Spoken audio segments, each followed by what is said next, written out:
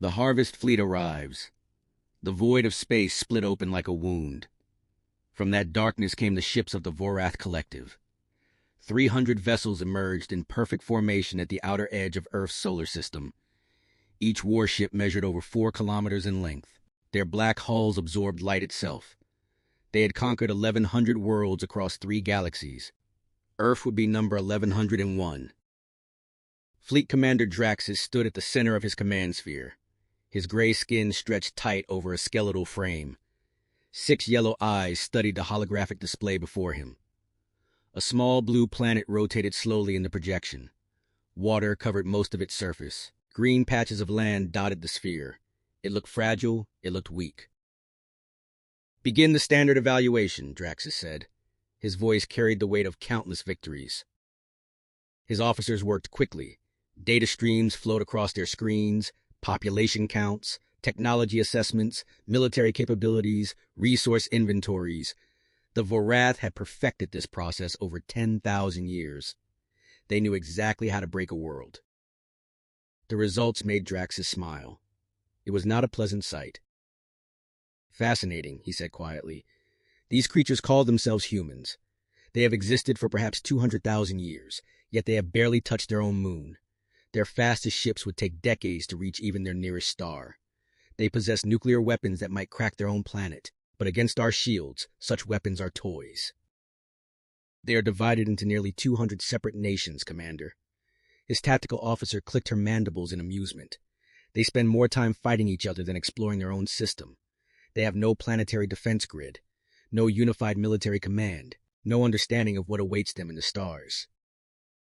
"Perfect," Draxus replied. "Transmit the standard ultimatum. Give them 48 hours to surrender. Make certain every government receives our message. Let them argue among themselves while we prepare for harvest." The message went out on every frequency. It appeared on every screen, every phone, every computer connected to Earth's networks. The translation was flawless. The Vorath had studied human languages for months before arriving. "People of Earth, you have been selected for integration into the Vorath Collective. You have 48 hours to surrender all weapons, resources, and governmental authority. Compliance will result in orderly processing. Resistance will result in complete sterilization of your world. This message will not repeat. The choice is yours." Chaos erupted across the planet. Cities descended into panic. Markets collapsed within minutes. Religious leaders called for prayer. Military forces scrambled to positions that could offer no real defense. Emergency meetings began in every capital. Deep beneath a mountain range in Central Europe, a secure bunker came alive with activity. World leaders appeared on screens around a massive circular table. Presidents and prime ministers, generals and intelligence chiefs, scientists and military advisors. Their faces showed the same expression: despair. Admiral Chen of the Pacific Defense Coalition presented the analysis. Her voice remained steady, though her hands trembled slightly. "We have run every possible scenario," she said. "Our combined nuclear arsenal could not damage even one of their ships.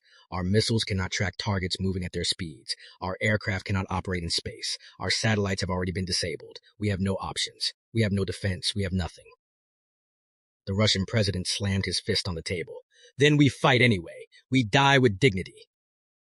"We die uselessly," Admiral Chen corrected, "and we take 8 billion people with us, including every child on this planet."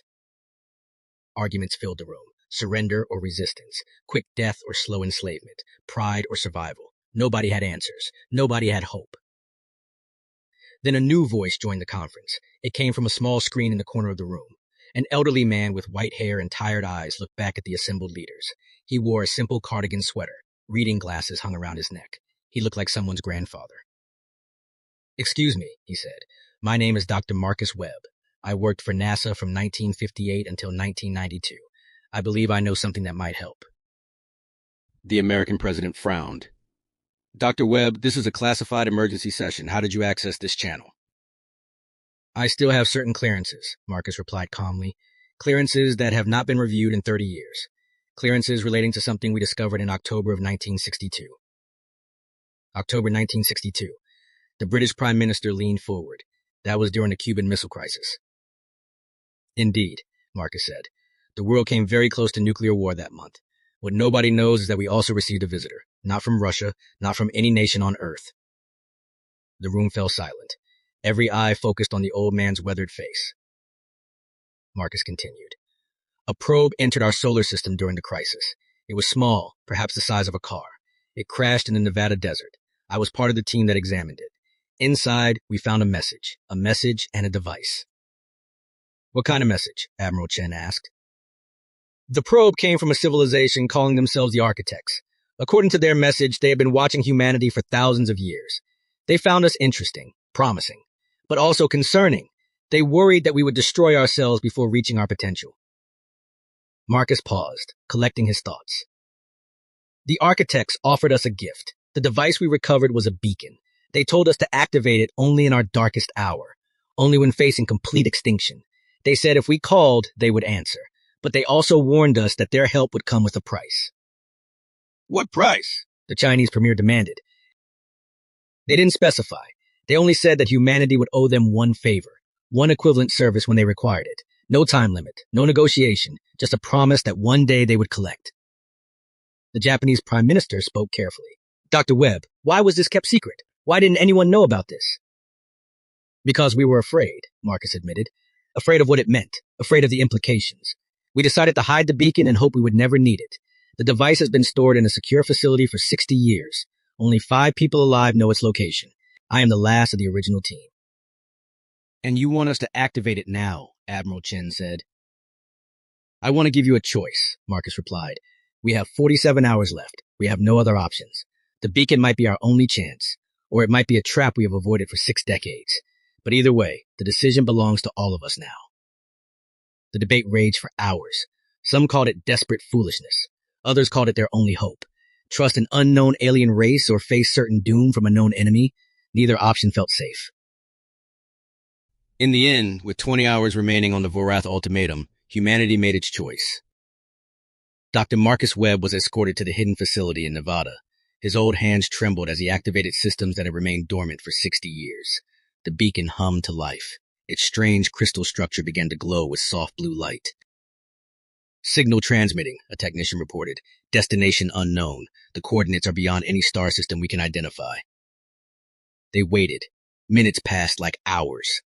Hope began to fade. Then every screen in the facility flickered. A single message appeared, written in perfect English. Signal received, payment terms acknowledged, intervention authorized, remain calm. The message hung in the air. 6 words that changed everything. 6 words that raised more questions than answers. Help was coming. But at what cost? The debt collectors. Commander Draxus reviewed his fleet's positions with satisfaction. The 48 hours would soon expire. The humans had made no attempt to surrender. They had launched no attacks. They had simply waited, doing nothing useful with their final hours. Perhaps they were too afraid to act. Perhaps they were too busy fighting among themselves to organize a response. It did not matter. The result would be the same. Prepare harvesting protocols, Draxus ordered. We will begin with their largest population centers. Standard procedure. Eliminate resistance, capture resources, process the survivors for labor assignments. His officers acknowledged the commands. Ships moved into attack formation. Weapons powered up. The conquest of Earth would begin within the hour. Then something impossible happened. Space itself began to fold. Not violently like the Vorath method of faster-than-light travel. This was different. Elegant, precise, reality bent along mathematical lines that Vorath science could not begin to understand. The fabric of existence twisted into shapes that hurt to observe directly. 3 vessels emerged from the distortion. Draxus felt his 6 eyes widen. His crew gasped in unison. Some fell to their knees. Others simply stared in horrified wonder. The ships were enormous. Each one measured at least 80 kilometers in length. Their forms constantly shifted, as though they existed in multiple dimensions simultaneously. They seemed to be made of pure light and shadow woven together. They hummed with energy signatures that overwhelmed every sensor on every Vorath ship. Commander, the tactical officer whispered, our instruments cannot measure their power output. The readings exceed our maximum scales by factors of thousands. What are they? Draxus demanded. His voice cracked slightly. Unknown, Commander. We have no records of any such vessels. No civilization in our databases possesses technology remotely approaching this level. One of the massive ships moved forward. It positioned itself between the Vorath fleet and Earth. Then it spoke. The communication came directly into the minds of every Vorath in the fleet. There was no way to block it, no way to resist it. Attention, Vorath Collective. This world is under protection. Your presence here constitutes a violation. You will withdraw immediately or face consequences. Draxus forced himself to respond. He was a commander of the Vorath Collective. He had conquered 1,000 worlds. He would not show fear. We are the Vorath Collective. We recognize no authority but our own. We claim this world by right of power. You are outnumbered. Withdraw or be destroyed. Silence followed. Then something like laughter echoed through their minds. It was not cruel laughter. It was the gentle amusement of an adult watching a child make bold threats. You misunderstand your situation, Commander. We are the architects. We seeded life on 10,000 worlds across this galaxy. We guided the evolution of countless species, including your own. Your power exists because we permitted it to exist. Your technology grew from seeds we planted in your ancestors' minds millions of years ago. You claim this world by right of power. We claim it by right of creation. Draxus felt cold terror spreading through his body. Stories told by Vorath elders spoke of ancient beings who once walked among the stars, gods who shaped reality itself. The collective had dismissed such tales as myth. The myths were real. Superstition to frighten children. The humans activated the beacon we left for them, the voice continued. They called for help in their hour of greatest need. We honor that call. This makes them our concern. And you, Commander, have made yourself our problem. What do you want? Draxus managed to ask. We want you to leave. Return to your territory. Never approach this system again. The humans are young. They are violent and foolish and often cruel to each other. But they also dream. They create. They hope. They have potential that your collective once possessed before you chose conquest over growth. We will not allow you to extinguish that potential. And if we refuse? The lead architect vessel pulsed with light.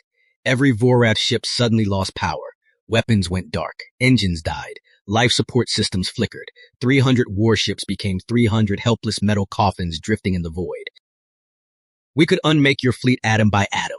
We could erase every record of the Vorath Collective from the universe. We could reach back through time and ensure your species never evolved at all. Do not test us, Commander. We have existed since before your star was born. We will exist long after it dies. Your defiance means nothing to us. Power returned to the Vorath ships, but the message was clear. Go home, the architect said. Tell your leaders what you witnessed here. Tell them that Earth and its inhabitants are protected. Any future aggression toward this world will be answered with absolute force. This is our final warning. Commander Draxus looked at his trembling crew. He looked at the impossible vessels that could destroy his entire fleet without effort. He made the only rational decision. All ships, reverse course. Set coordinates for home territory. Maximum speed. The Vorath fleet retreated. 300 warships fled like frightened animals before predators they could not fight. They tore holes in space and vanished, leaving only fading energy signatures behind. On Earth, billions of people watched the departure on their screens. Cheers erupted in cities around the world. Tears of relief flowed freely. The nightmare was over. Humanity had survived. But one question remained. The architects turned their attention to Earth. Their voice now spoke to the human leaders gathered in bunkers and command centers across the planet. Humans of Earth, we answered your call. The threat has been removed. But you must understand the terms of our agreement. Dr. Marcus Webb listened carefully. His old heart pounded in his chest. 60 years ago, we offered you a covenant. Protection in exchange for a future service. You have accepted that covenant by activating the beacon. The debt now exists. One day we will require something of humanity. The task will not be easy. It may take generations to complete, but you will complete it. What task? The American president asked. What will you require of us? You are not ready to know. Your species must grow first. You must reach beyond your small world. You must learn to work together instead of fighting among yourselves. You must mature. When you are ready, we will return and explain what is needed. Until then, live well. Dream boldly. Create beautiful things. Become the species we believe you can be. The architect vessels began to fade. Reality folded around them as they prepared to depart. Wait, Dr. Webb called out. Why us? Why do you care about humanity? The answer came softly, almost tenderly. Because you are our children. We seeded life on your world 4 billion years ago. We watched you grow from simple cells to curious apes to dreamers who look at the stars and wonder. Every species is precious to us, but humans are special. You are creative in ways that even we cannot predict. You make art and music and stories. You love fiercely and hate passionately and forgive generously. You are flawed and beautiful and full of potential. We could not let you die. And the debt? Marcus asked quietly. The debt will shape your future. It will force you to reach higher than you ever imagined. It will push you to become something greater. When the time comes, you will understand why we asked, and you will be grateful. The architects vanished. Space returned to normal. The stars shone peacefully over a world that had been moments from destruction. In the months and years that followed, everything changed. Nations that had spent centuries fighting began to cooperate. Resources once devoted to war flowed into exploration and science. Humanity looked at the stars with new eyes, not just as distant lights to admire, but as destinations to reach. The knowledge that they owed a debt to ancient beings gave them purpose. Dr. Marcus Webb lived another 12 years. He spent them traveling the world, sharing the story of the beacon and the architects. He became a symbol of hope and humility, a reminder that humanity had been saved not by their own power, but by the kindness of beings far greater than themselves. The debt remained unpaid. The architects did not return to explain their requirements, but humanity prepared anyway. They built ships that could travel between stars. They established colonies on distant worlds. They created wonders of science and art that would have seemed impossible a century earlier. And always, in the back of their minds, they remembered the promise. One day, the architects would call, and humanity would answer. Because that is what you do when someone saves your world. You pay your debts. You say